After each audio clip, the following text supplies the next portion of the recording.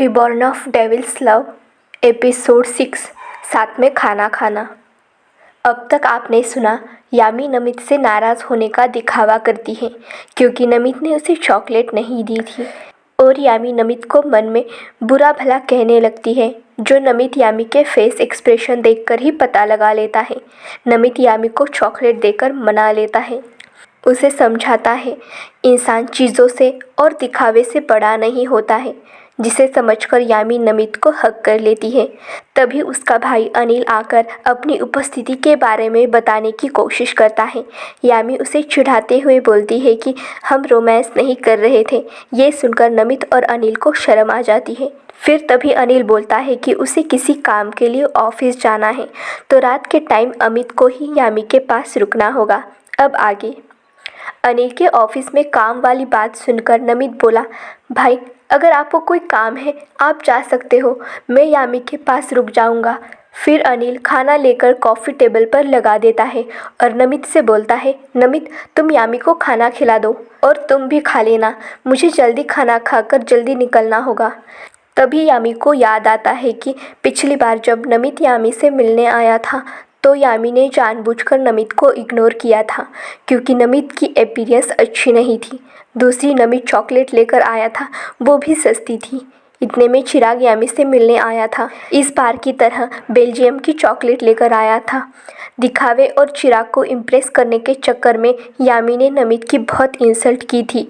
फिर जब यामी चिराग को नमित पर हंसते हुए देखती है तो फिर चिराग को और खुश करने के लिए यामी ने नमित से कहा, तुम जैसे चंपू आकर मेरी इमेज ही खराब कर रहे हो, इसलिए मैं तुमसे विनती करती हूँ कि यहाँ रहकर हम सबके पर्सनैलिटी पर दाग मत लगाओ। इससे नमित बहुत ज़्यादा हर्ट हुआ था। वो उसी टाइम वार्ड से उठकर बाहर चला गया। अनिल ने उसे रोकने की कोशिश की और यामी को गुस्से से भी देखा, पर यामी ने अनिल को इग्नोर करके चिराग से बातें करने लगी थी। ये सब याद आते ही यामी के दिल में बहुत दर्द होता है। उसकी आंखों से आंसू निकलने को तैयार थे। फिर यामी ने ये सब सर झटक कर अपने आंसुओं को जैसे तैसे काबू करके नॉर्मल हो गई। नमित अनिल की बात सुनकर बोला, भाई आप आराम से खाना खाकर जाओ, मैं यामी को खाना खिला दूंगा। फिर खाने की 2 प्लेट लेकर नमित उनमें खाना डालने ही वाला था।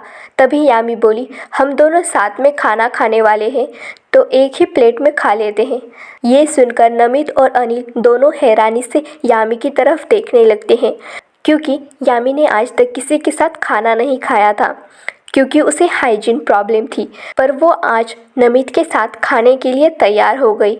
यामी देखती है उसका भाई और नमित उसे किस तरह देख रहे हैं तो यामी ने कैजुअली जवाब दिया, भाई नमित मेरा बेस्ट फ्रेंड है तो मैं उसके साथ खाना खा सकती हूँ, मुझे पता है ये भी हाइजीन का बहुत ख्याल रखता है। ये सुनकर अनिल के चेहरे पर स्माइल आ जाती है। फिर अनिल ने नमित की तरफ देखा। अमित अभी भी हैरानी से यामी को ही देख रहा था। ये देखकर अनिल नमित के कान में फुसफुसाता है। उसने बोला ना खा लो, तो खा लो ना, एक साथ खाना खाने से प्यार बढ़ता है। आज यामी तुझे खुद मौका दे रही है तो इस मौके को जाने मत दो। और अपनी एक आंख ब्लिंक कर देता है, जिसे देखते ही नमित इधर उधर देखने लगता है। फिर जल्दी से प्लेट में खाना डालकर यामी के पास बेड पर ले जाकर खाने की छोटी सी टेबल सेट करता है। उस पर खाना रख यामी के सामने बैठ अपने हाथों से यामी को खाना खिलाता है। तब तक अनिल अपना खाना ख़त्म करके बोला, मैं चलता हूँ, तुम दोनों मज़े से खाना खाओ। ये बोलकर अनिल वार्ड से निकल गया। इधर नमित एक बाइट यामी की फेस की तरफ बढ़ाता है तो यामी उसे खा लेती है। जब नमित के हाथ यामी के होठों को छूते हैं, दोनों को एक अजीब सी खुशी की फीलिंग महसूस होती है। इधर यामी खाना खाते नमित को ध्यान से देख रही थी। वो भी समझ रही थी कि नमित इस टाइम क्या महसूस कर रहा है क्योंकि सेम टाइम यामी भी ये सब महसूस कर पा रही थी। फिर जब नमित दूसरा बाइट यामी के मुंह की तरफ बढ़ाता है तो यामी ने उसका हाथ पकड़कर नमित के मुंह के तरफ बढ़ा देती है। तो नमित बोला, तुम खा लो पहले, फिर मेरा झूठा खाने से तुम्हें हाइजीन की प्रॉब्लम होगी। यामी बोली, ओनली तुम्हारा झूठा खाने से मुझे कभी भी हाइजीन की प्रॉब्लम नहीं हो सकती। ये सुनकर नमित अपनी आंखें बड़ी बड़ी करके यामी को देखने लगता है।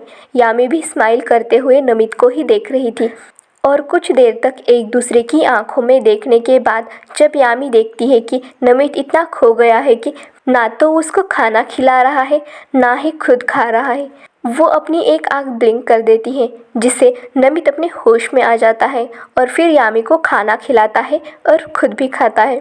थोड़ी देर में खाना खत्म होने के बाद नमित यामी को दवाई देता है और सुला देता है। खुद सोफे पर बैठकर अपने मोबाइल में ईमेल चेक करने लगता है। यामी बेड पर लेटी हुई एकटक नमित को देख रही थी। नमित को भी अपने ऊपर यामी की नज़रें महसूस हो रही थी, पर वो सोच रहा था कि आज यामी को क्या हुआ है जो अजीब सी हरकतें कर रही है।